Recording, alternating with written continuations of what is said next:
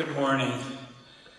In 1973, the year after the Ogden, Utah temple had been completed, I was in Utah after finishing my architecture degree on the East Coast. I had seen pictures of the unusual Ogden building in church publications and had decided that it was a new low point in Mormon architecture.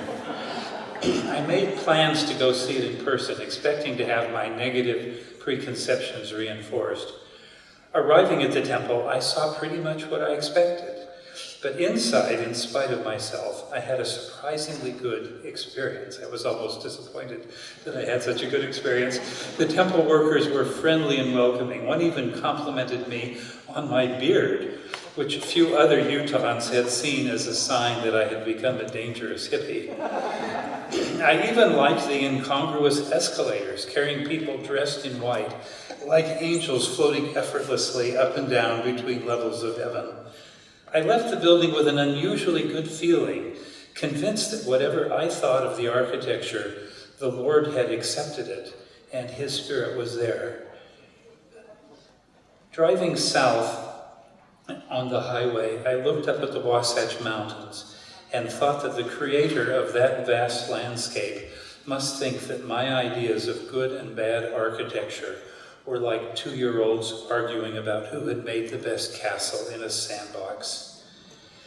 However, this fleeting experience of insight and humility did not stop me from embarking on a career of making judgments about the merits of works of art and architecture. Even while trying to avoid unnecessarily harsh criticism, I realized that any praise of outstanding works in these fields naturally implied that the general run of other works, created with the best of intentions, lacked some of their artistic power and sophistication. But particularly in talking about temples here today, I hope that I can call attention to things that are lovely or of good report or praiseworthy, while respectfully analyzing things that appeal to me less. When Spencer W. Kimball, when Spencer W. Kimball became president of the church in 1974, one of the first major events of his presidency was the dedication of the Washington, D.C. temple, the 16th active temple in the church. When he gave his famous 1977 talk on the arts, the temple count remained at 16, although several new temples were nearing completion. His talk, which called for great new achievements in art, literature, and music, did not specifically mention architecture. There were no calls for Latter-day Saint Christopher Wren's or Frank Lloyd Wright's. But perhaps it is not reading too much into the talk to suggest that great architecture might be one of the arts to be desired for our culture. Since the number of temples in the church has grown nearly tenfold in the subsequent years, from 16 to almost 160, the design and construction of beautiful temples would seem to have been one of the greatest opportunities to realize President Kimball's vision. Of course, building temples around the world is a complicated process involving economics and cultural adaptation as well as aesthetics. Church leaders and managers have sought to control expenditures in order to stretch the church's finances to serve as many people in as many places as possible, stretching the widow's mite. Looking back on the last 5 decades, it is not difficult to see the tension between building temples that meet the members' expectations of splendid surroundings for the most important spiritual events of their lives and the church's need to avoid unnecessary extravagance. The fundamental questions of what a Mormon temple ought to look like and how it should function had mostly been resolved in the years before Spencer W. Kimball's presidency. In their exterior appearance, 3 basic prototypes had been developed. Now please pay attention to this part of my talk, because there will be a quiz. The first of these prototypes was the simple rectangular box with a tower in front. We'll call this the front tower type. This architectural form was developed by church architect Edward O. Anderson and President David O. McKay as they worked on plans for the Swiss temple in the early 1850s. This was the first of several attempts to make a modest-sized and inexpensive temple for an area of relatively small membership. According to the architect, this simple design was based partly on the precedent of the one-towered St. George Temple, although single-towered churches are common in many Christian denominations. A variation of this prototype added wide, low wings to the sides of the main facade, like the San Paulo Temple.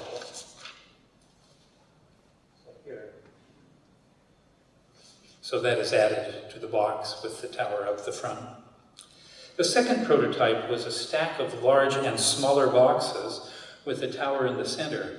The Idaho Falls and Oakland Temple were early examples of this type, and this was a particularly appropriate shape for a building that would be seen equally from all sides, with less emphasis on a front facade. So we'll call this the center tower type. The third general prototype was a long box with towers at both ends. This building shape could evoke the many-spired Salt Lake Temple like the Washington, D.C. Temple quite consciously did, or it could resemble the Logan or Manti temples with a single tower at each end, like the newer temple in Brigham City. We'll call this the multiple tower type. The exterior design of LDS temples over the last 50 years can be seen as more than 100 attempts to create well-proportioned and somewhat distinctive versions of one of these three prototypes.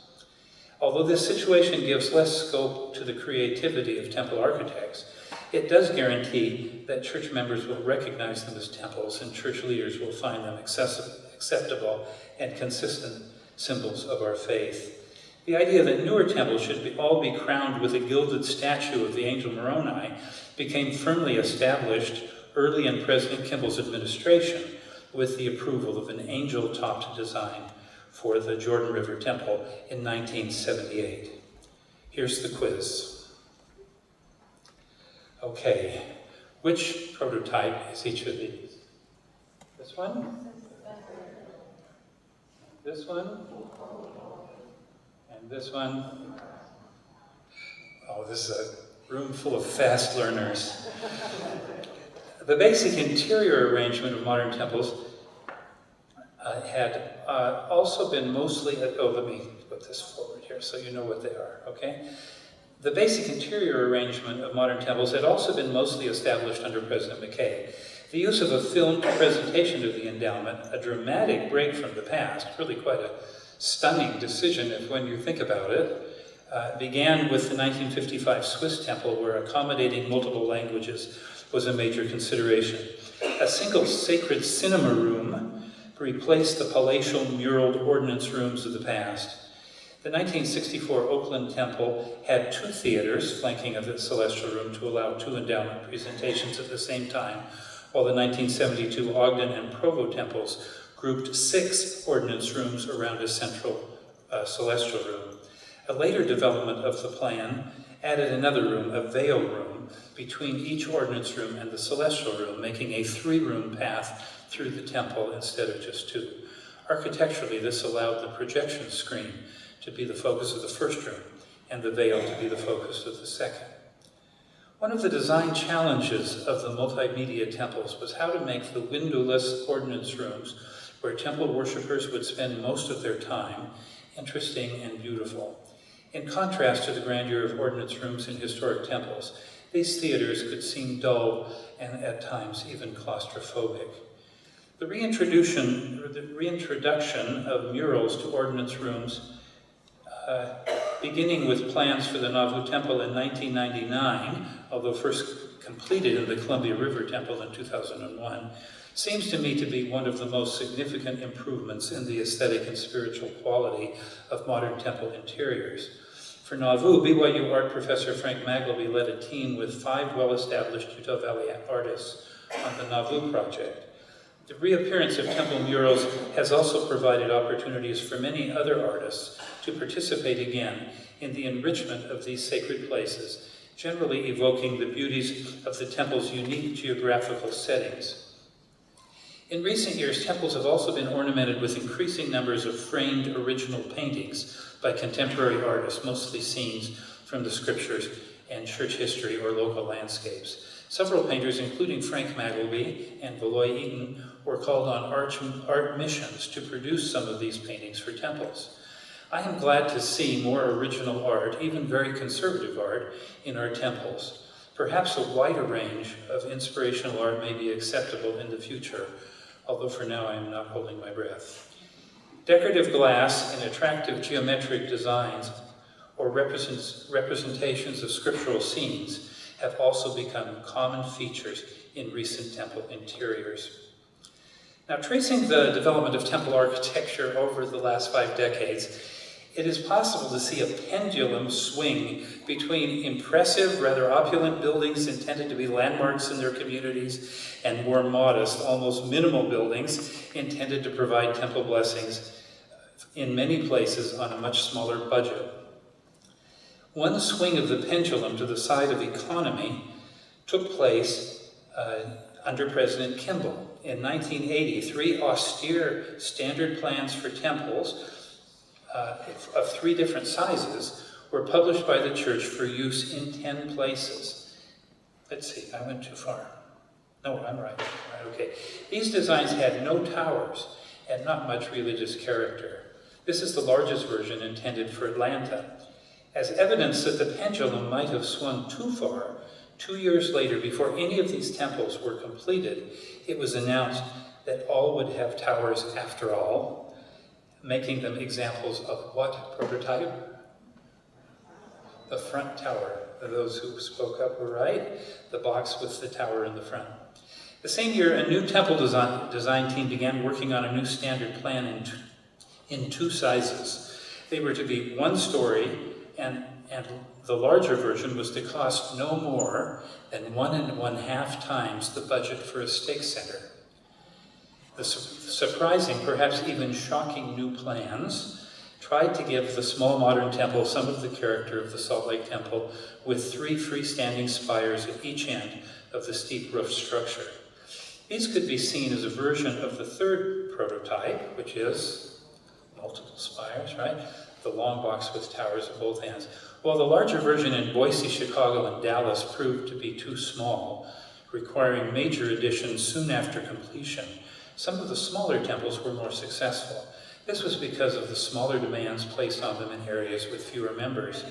The prominent roofs provided an easy opportunity to adapt to a local building tradition. The roof could be red tile in Latin America, blue tile in Taiwan, the traditional Chinese color for temple roofs, and gray slate in South Africa.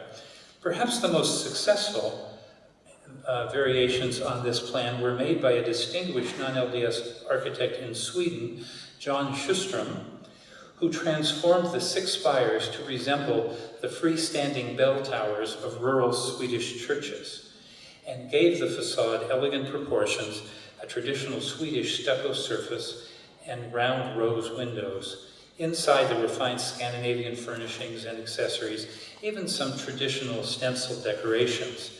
Built using Swedish materials and Swedish construction methods, although it was probably the most beautiful of these standard plans, it was also the least expensive of all of them to build. To overcome the deficiencies of the 6-spire temples, a modified multi-story plan, nearly twice as big, was developed to be used in Oregon, Nevada, and California. The most impressive temple in this group was built in San Diego and designed by a distinguished local LDS architect, William Lewis. Its large towers, completely integrated into the structure instead of standing around it, replaced the more spindly freestanding spires of the previous temples. How would you classify this one? Okay, you've got it. The towers were large enough to enclose a grand staircase on one end and a celestial room on the other. Expansive walls of ornamental glass, translucent glass, filled the temple with natural light, a great relief from the mostly windowless temples of recent years. They also gave a transparency to the exterior of the building. I'm going to go back where you can sort of see that in the tower on the right. that seemed open and friendly compared with some of the windowless monolithic temples, including the Washington Temple, which looks absolutely windowless, where this is filled with glass. Ironically, this impressive, monumental, expensive building had grown out of the standard plans that were developed just a few years earlier to save money. Sitting on the edge of a freeway and surrounded by commercial development, the San Diego Temple was a prominent landmark. With tongue-in-cheek, a local newspaper critic wrote that its location proved that Mormons did not believe in separation of church and interstate. Although its somewhat fantastical towers were controversial in the church and the community, the temple's powerful image appealed to some. Former San Diego architect Mike Stepner, the San Diego City official architect Mike Stepner, said that the temple provided just what the city needed, a dramatic landmark on its northern border to let you know, quote, that this is San Diego and not San Clemente or Mission Viejo. Those who enjoyed the fantasy qualities of the silhouette might have added that it also let you know that you were not in Kansas anymore. The 1990s saw the construction of several more large temples, including the temples in Madrid, also Bountiful Mount Timpanogos. So the one, the Madrid temple is what kind? Center, and the Boston temple, right. The Preston, England temple was similar. The pendulum swung again in the direction of economy in the late 1990s when President Hinckley announced a program of building even smaller temples. Designed in two sizes of 7,000 or 11,000 square feet, they were between half and 2/3 the size of the very small Stockholm temple. More than 30 of these mini temples were built in some haste, leading up to President Hinckley's deadline of 100 total temples by the end of the year 2000. The buildings were quite similar to each other architecturally, with vaguely classical cornices and a tower on a not quite symmetrical roof. There's some cornices running around here. And the tower above the entrance, but not quite on center. A few of these buildings had special decorative features, like the ornamental windows in the Palmyra Temple that recreated the nearby Sacred Grove. One exception to this uniformity was the Hague, Netherlands Temple, designed by a notable non-Mormon Dutch architect, Albert van Eerden. It is a crisply modern version of the plan with horizontal lines all around the exterior stonework. These very small plans are no longer being built, and several of them have already been remodeled and expanded. Since 2000, the church has built a variety of more monumental temples throughout the world. The three prototypes developed more than 50 years earlier still seem to provide the current menu of possibilities, although creative variations have been seen in many places. For example, the temples in Manaus and Rexburg illustrate the front tower. Both quite impressive buildings, I think.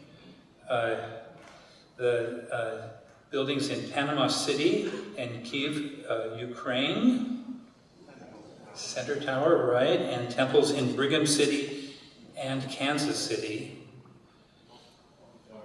multiple tower. One of the most interesting developments in recent temple design has been a shift toward inclusion of architectural elements of various historical styles. New Yorkers are familiar with this historicist design direction from the Manhattan Temple interiors in a late Victorian mode, carefully imitating even some of the quirkier details of the Salt Lake Temple. During a 2011 devotional of Brigham Young University, Idaho, Thomas C. Coburn, managing director of the LDS Church Temple Department, explained that Church President Thomas S. Monson and the church's temple department were beginning to construct temples according to the, quote, timeless and classical designs of the cultures, and people they will serve, citing the recently revealed architectural rendering of the Philadelphia, Pennsylvania temple as the first of many examples to come. This shift towards historicism is not unique to the church. American public buildings in updated versions of historical styles have become more common in the last 2 decades, and even some major architectural schools, once the implacable fortresses of modernism, have begun to tolerate and even encourage such design directions. When the church acquired property for a temple in the downtown area of Philadelphia, it retained Perkins and Will Architects, a very large and prestigious architectural firm with a distinguished history going back to 1935. This firm produced a modern design, something like the recent Oak Mountain Temple in Utah. When church leaders reviewed their design for approval, they sent it back, asking for something more attuned to the historical architecture of the city.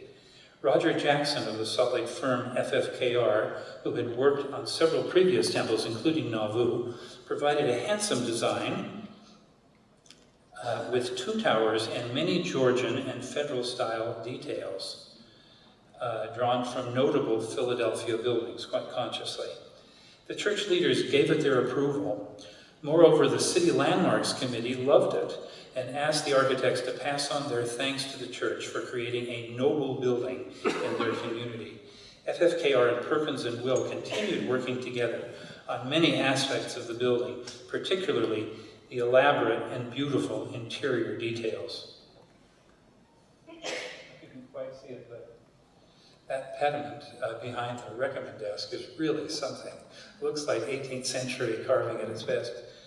Another interesting recent temple with historicist leanings is in, of all places, Tijuana, Mexico, with Salt Lake architect Alan Roberts of CRSA Architects as its principal designer. While the project started as a slight modification of an existing plan, some practical problems, including building code requirements, obliged the architects to make substantial changes and opened the way for a more original design. Although the basic plan is of the central tower type, the architects gave a distinctly Hispanic appearance to the building, drawing on historic Mexican and Spanish colonial architecture, particularly the spectacular Church of San Javier del Bac at Tucson, Arizona. The interior architectural details, such as railings, doors, and other woodwork, and the furniture evoke Mexican or Southwestern styles. The murals seem to recall the Baja landscape, including its lovely seacoast there on the far edge. Because security is an important issue in Tijuana, the architects incorporated additional missionary and temple worker facilities next to the temple as a kind of traditional hacienda plan, with the buildings opening towards a peaceful plaza with a fountain, and the backs of the buildings helping to provide an attractive but sturdy wall against the outside world. The whole compound, including parking, is seriously fenced, and the entrance is controlled from a guardhouse. The result is a harmonious collection of buildings in a secure retreat. A half-century after President Kimball's visionary address on the arts in the church, we might ask how far we have come in temple design.